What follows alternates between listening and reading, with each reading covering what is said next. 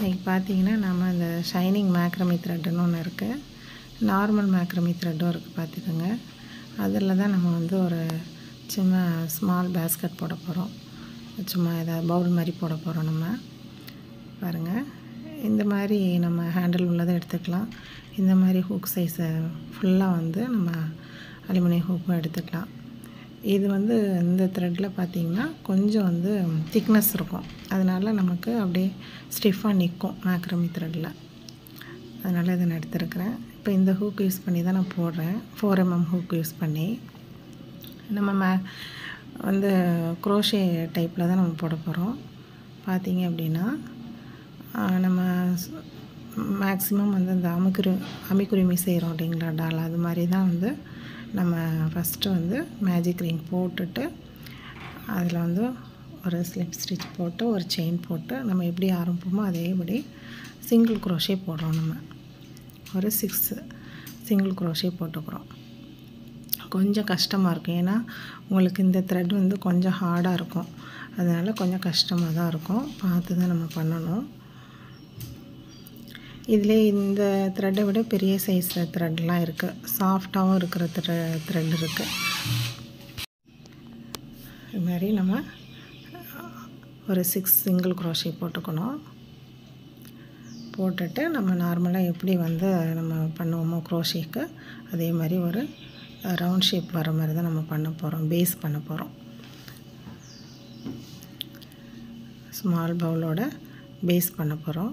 அதுக்கு 6 single crochet போட்டுக்கிறோம். போட்டுட்டு பார்த்திங்கன்னா நம்ம 2 டைப்பில் வந்து இந்த ஸ்டார்ட் பண்ணும்போது முடிப்போம். ஒன்று வந்து ஸ்லிப் ஸ்டிச் போட்டு உங்களுக்கு வந்து நம்ம பார்த்தோன்னா ஸ்லிப் ஸ்டிச் போட்டுட்டு அப்புறம் ஒரு செயின் போட்டுட்டு அதுக்கப்புறம் நம்ம வந்து போடுவோம். இதை நான் வந்து அப்படியே போடலை, டைரெக்டாகவே ஃபஸ்ட்டு ஸ்டிச்லேருந்து நான் என்ன பண்ணுறேன், ஒரு சிங்கிள் குரோஷே, அப்புறம் ஒவ்வொரு போட்ட அந்த ஃபஸ்ட்டு சிங்கிள் குரோஷே போட்டோம்ல, 6 போட்டோம் இல்லைங்களா, அந்த இதில் வந்து ஒவ்வொரு செயின்லேயும் நம்ம 2 சிங்கிள் குரோஷே போடுறோம். அப்போ 6 வந்து உங்களுக்கு 12 ஆகிடும். இது வந்து 6ஓட மல்டிப்ளிகேஷனாக 6, 12, 18 அப்படி வரும் உங்களுக்கு. அதுமாதிரி உங்களுக்கு பேஸ் எந்த சைஸுக்கு வேணுமோ அந்த சைஸுக்கு நம்ம பண்ண போகிறோம். இப்போ ஃபஸ்ட்டு 6 சிங்கிள் குரோஷே போட்டோம். அடுத்து வந்து ஒவ்வொரு ஸ்டிச்லேயும் 2 போட்டு 12 போட்டோம். போட்டதுக்கப்புறம் பார்த்திங்க அப்படின்னா அடுத்து 3rd ரவுண்டு பார்த்தோம் அப்படின்னா ஒரு சிங்கிள் குரோஷே, அடுத்த செயினில் வந்து இன்க்ரீஸ் பண்ணுறோம். இன்க்ரீஸ்னால் ஒரு செயினில் வந்து 2. எனக்கு வந்து இப்போ இந்த ஹூக் என்ன ஆயிடுச்சுன்னா அது ஹேண்டில் வந்து உடையிற மாதிரி வர்றதுனால நான் நார்மலாக அலுமினியம் ஹூக் எடுத்துக்கிறேன். நான் இந்த ஹூக்கில் பண்ணுறேன். இப்போ நம்ம மார்க்கர் வச்சுக்கிறோம். இதில் எந்த சேஞ்சும் இல்லைங்க. நம்ம அந்த ரவுண்டு வந்து எப்படி போடுவோம், ஃபஸ்ட்டு வந்து 6, செகண்ட் வந்து ஒவ்வொரு ஸ்டிச்லேயும் வந்து உங்களுக்கு 2 டபுள் குரோஷே 2 சிங்கிள் குரோஷே போடுவோம். ஒரு செயினில் வந்து 2 போடுவோம், அதை தான் இன்க்ரீஸ்னு சொல்லுவோம். அப்போ இங்கே பார்த்தீங்க அப்படின்னா 3rd ரவுண்டில் வந்து ஒரு சிங்கிள் குரோஷே ஒரு செயினில் போடுறோம். அடுத்த செயினில் பார்த்தீங்கன்னா இன்க்ரீஸ் 2 போடணும். இன்க்ரீஸ்னால் 2. அப்படி ஒவ்வொன்றா மாற்றி மாற்றி நம்ம போடும்போது 18 ஸ்டிச்சஸ் வரும். அடுத்து 4th ரவுண்டு பார்த்தோன்னா ஒரு செயினில் ஒரு சிங்கிள் குரோஷே, அடுத்த செயினில் ஒரு சிங்கிள் குரோஷே, 3வது செயினில் பார்த்தோம்னா இன்க்ரீஸ். அப்போ வந்து இதே மாதிரி 2 சிங்கிள் குரோஷே போடுறோம். அடுத்து 3வது செயினில் பார்த்திங்க அப்படின்னா இன்க்ரீஸ் பண்ணுறோம். அதாவது ஒரு செயினில் 2 சிங்கிள் குரோஷே. இதே மாதிரி தான் நம்ம இன்க்ரீஸ் பண்ணிகிட்டே வரணும். இது மாதிரி வந்து நான் என்ன பண்ணுறேன், நான் சின்ன பவுல் தான் பண்ணுறேன், அதனால் 30 சிங்கிள் குரோஷே வர மாதிரி நான் பண்ணிக்கிறேன். ஒரு 30 சிங்கிள் குரோஷே. இதில் வந்து நான் வந்து போடும்போது ரவுண்டை வந்து எப்படி ஃபினிஷ் பண்ணுறேன் அப்படின்னா ஆட்டோமேட்டிக்காக சிங்கிள் குரோஷே போட்டே பண்ணுறேன். நான் வந்து அதில் ஸ்லிப் ஸ்டிச் போடுறதும் கிடையாது, ஒரு செயின் போட்டு ஸ்டார்ட் பண்ணுறதும் கிடையாது. பார்த்துக்கோங்க. ஃபுல்லாகவே இதே மாதிரி அந்த ரவுண்ட் ஃபுல்லாக போட வேண்டியதுதான். உங்களுக்கு சர்க்கிள் பெருசாகணும் அப்படின்னு சொன்னால் நம்ம இன்க்ரீஸ் பண்ணிக்கிட்டே போய்க்க வேண்டியதுதான். செகண்ட் ரவுண்டில் 2 குரோஷேவாக போடுறோம் இல்லையா, சிங்கிள் குரோஷேவாக. 3rd ரவுண்டில் 1 போட்டு 2 போடுறோம். அப்படியே உங்களுக்கு எக்ஸஸாக பண்ணிகிட்டே போய்க்க வேண்டியதுதான், இன்க்ரீஸ் பண்ணிவிட்டு. இது கொஞ்சம் வந்து கஷ்டமாக இருக்குது, கொஞ்சம் பார்த்து பண்ணுங்கள். ஆனால் இந்த பவுல் வந்து உங்களுக்கு குரோஷே ஒயரில் பண்ணுறதை விட ரொம்ப சிம்பிளாக இருக்குது.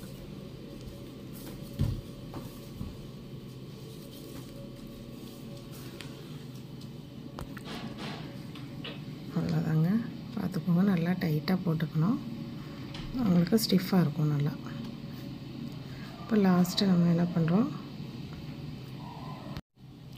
இப்போ எந்த இடத்துல நம்ம வந்து மேலே ஹைட்டு கொண்டு வரணும்னு நினைக்கிறோமோ அந்த இடத்துல வந்துட்டு நம்ம என்ன பண்ணுறோம் அப்படின்னு சொன்னால், ஃப்ரண்ட் லூப்பு பேக் லூப்பு, அதாவது இந்த வி ஷேப்பில் இருக்குது பார்த்தீங்களா, அதுலேருந்து நம்ம வந்து பண்ணணுங்க. எல்லாத்தையும் போட்டு கவுண்ட் பண்ணிக்கோங்க, அப்பப்போ கவுண்ட் பண்ணிக்கோங்க.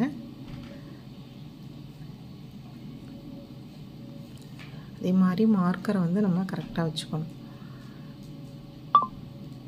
இது வந்து நம்ம த்ரெட்டு மட்டும்தான் மாற்றி பண்ணுறோம், மேக்ரமி த்ரெட்லாம் பண்ணுறோம், அவ்வளோதான்.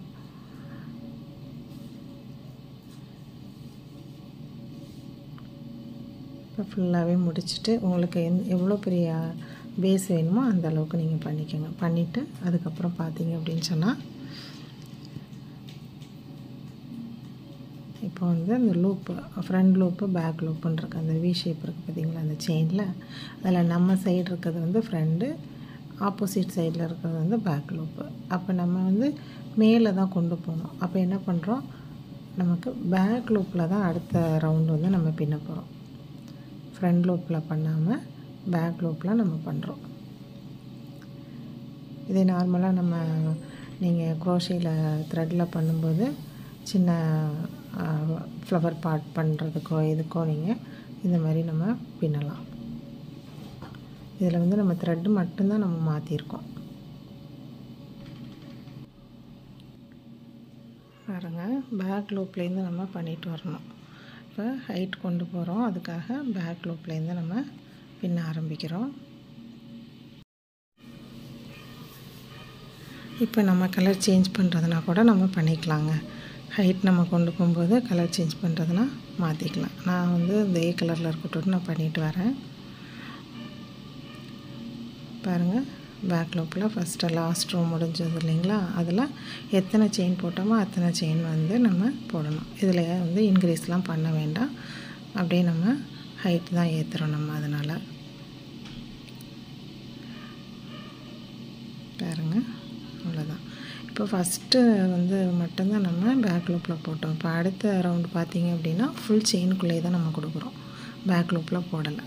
ஏன்னா மேலே அது பாட்டுக்கு உங்களுக்கு ஹைட்டு ஏற ஆரம்பிச்சிடும், அதுக்காக நம்ம அப்படி போடுறோம். ஈக்குவல் செயின் தாங்க, ஒவ்வொரு செயின் தான். இன்க்ரீஸ்லாம் நம்ம பண்ணலை, டிக்ரீஸும் நம்ம பண்ணலை, அப்படி போட்டுகிட்டே வர வேண்டியதுதான். சப்போஸ் உங்களுக்கு பாட் வந்து சைஸ் வந்து கொஞ்சம் இடையில வந்து உங்களுக்கு பெருசாகவும் சின்னதாகவும் வரணும் அப்படின்னா அந்த இடத்துல வேணால் நம்ம இன்க்ரீஸோ டிக்ரீஸோ பண்ணிக்கலாம். நம்ம அப்படியே சும்மா ஒரு சின்ன பவுல் மாதிரி தான் பண்ணுறதுனால நம்ம அப்படியே போடுறோம். ஃபுல்லாக செயின் நம்ம போட்டுகிட்டே வந்தாச்சு. இப்போ லாஸ்ட்டு பார்த்திங்கன்னா முடிக்கிறது நம்ம ஸ்லிப் ஸ்டிச் போட்டு கூட முடிச்சுக்கலாம்.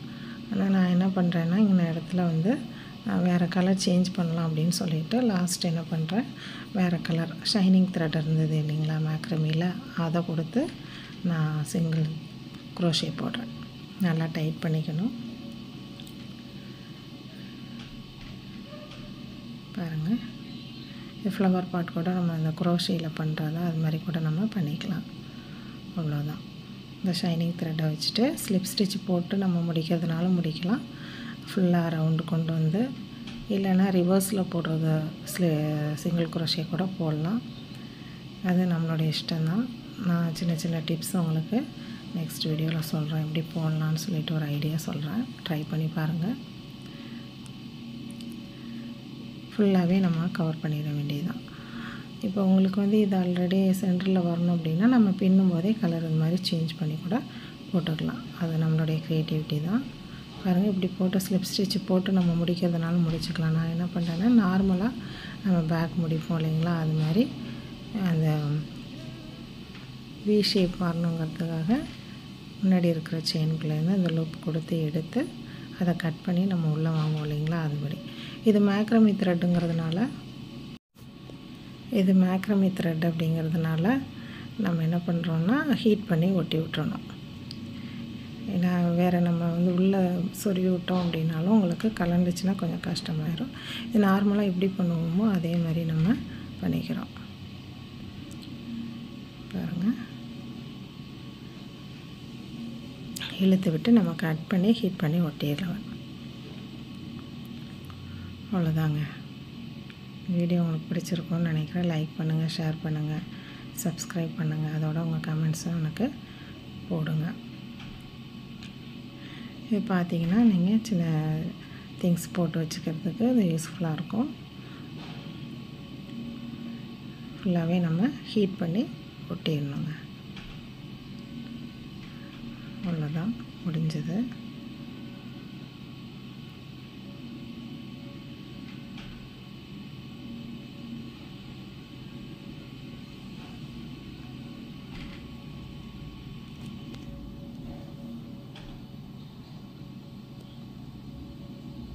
பாருங்கள், ஒரு அழகான சின்ன பவுல் வந்து ரெடி ஆகிடுச்சு நமக்கு.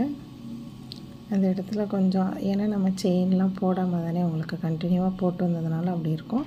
இன்னும் ஒரு 2 ரோ வந்து நம்ம போட்டுட்டு ஃபினிஷ் பண்ணும்போது 2-3 செயினில் வந்து ஸ்லிப் ஸ்டிச் போட்டோன்னா அது உங்களுக்கு கரெக்டாக இருக்கும். அவ்வளோதாங்க. பாருங்கள், அழகான பவுல் ரெடி ஆகிடுச்சு. ரொம்ப வந்து ஸ்ட்ராங்காகவும் இருக்கும், உங்களுக்கு ஸ்டிஃபாக இருக்கும். உங்களுக்கு என்ன சொல்கிறது, சாஞ்சு போகிறதுக்குள்ள நல்லா ஸ்ட்ரைட்டாக அப்படியே இருக்கும். நம்ம எந்த பொசிஷனில் வச்சுருக்கோமோ அப்படியே இருக்கும். பாருங்கள், நான் சின்ன சின்ன திங்ஸ் நம்ம போட்டு வச்சுக்கலாம். ஓகேங்க, நெக்ஸ்ட் வீடியோவில் பார்க்கலாம். Thank you so much. சப்ஸ்கிரைப் பண்ணிவிடுங்க.